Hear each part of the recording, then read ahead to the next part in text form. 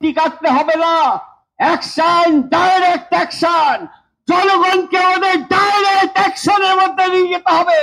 তার নেতৃত্ব দেবে এসকেএম। যে আইনের মধ্য দিয়ে ভারতবর্ষকে, আমাদের দেশকে খাদ্যের যতটুকু আমরা স্বাধীনতা পেয়েছি সেটাকে কর্পোরেট এবং বিদেশিদের হাতে তুলে দেওয়া, আমাদের দেশ যাতে আবার খাদ্যে পরনির্ভরশীল হয়ে পড়ে, এই হলো তার ট্রায়াল রাম রাজত্ব।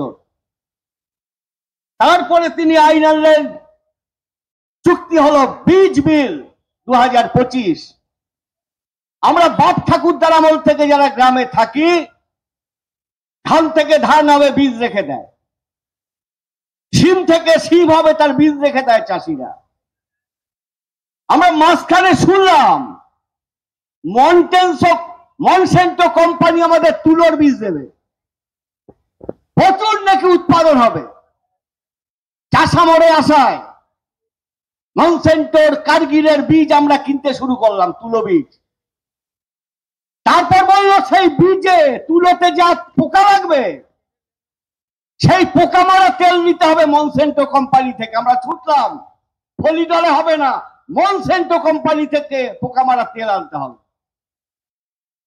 মনসেন্টো কোম্পানি থেকে পোকা মারা তেল আনতে গিয়ে আমাদের ভারতবর্ষের চাষিদের পোকা মরে গেল, 4 লক্ষ চাষি আত্মহত্যা করতে বাধ্য হলো। এই হলো রাম রাজত্ব ট্রায়াল। আবার যে বীজ বিল এখন এসছে,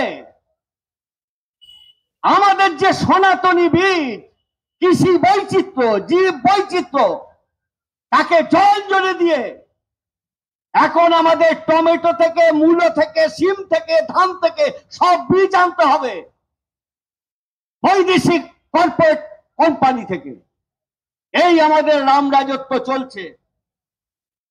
এখন আবার দেখছি অমিত শাহ বলেছেন আমাদের দেশে প্রচুর দুধ উৎপাদন হয়, আমুল কোম্পানি, আমুল সকালবেলায় আমরা বাটার টোস্ট খাই।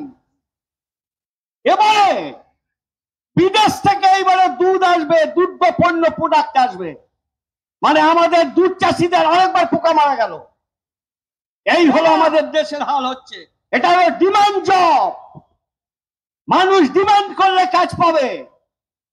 আজকের ভারতবর্ষে রেগায় কাজ পায় 7 দিন, পশ্চিমবাংলায় রেগা 3 বছর বন্ধ। এই দাদা দিদি সরকার একটা চোর সরকার, আর একটা হলো রেগাটাকে তুলে দাও, ধনিকদের স্বার্থে রেগাকে তুলে দাও। এই 2 সরকারের ঠেলায় পশ্চিমবাংলায় এই কয়েক বছরে 23 লক্ষ রেগা না থাকায় আজকের লোক বাইরে যেতে বাধ্য হচ্ছেন। এই অবস্থায় আমরা আছি। আর কমিউনালিজম করে আজকের এসআইআর এর ভয় দেখাও, এনআরসির ভয় দেখাও। রাম রাজত্ব যেখানে কায়েম করতে গেছিল সেখানে আজকের অযোধ্যায় রিসোর্ট বন্ধ হয়ে গেছে। তাই নতুন ভাবে আবার একটা কমিউনাল বাতাবরণ তৈরি করার চেষ্টা করছে। আর আমাদের রাজ্যে আরএসএস বেড়েছে, একেবারে ঘনিষ্ঠ যিনি মুখ্যমন্ত্রী আছেন তার হাত ধরে পশ্চিমবাংলায় ধর্মের গোড়াগুলি হচ্ছে। তাই একে ঠেকাতে গেলে আমরা অনেক ফুল এক জায়গায় হয়েছে, অনেক মতের ফুল এক জায়গায় ঠেলায় পড়ে।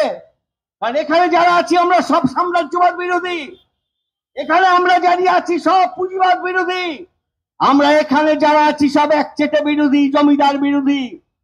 আজ আমরা জনগণের ঠেলায় পড়ে দুর্দশায় আমরা এক কাট্টা হয়েছি, যে এক কাট্টা আমাদের কৃষক আন্দোলন শিখিয়েছে। এক কাট্টা হতেই হবে, এখানে বিভেদের কোনো জায়গা নেই। যদি শ্রমজীবী জনগণের কথা ভাবি তাহলে আমরা যারা আছি একটা মালা আমাদের গাঁথতে হবে।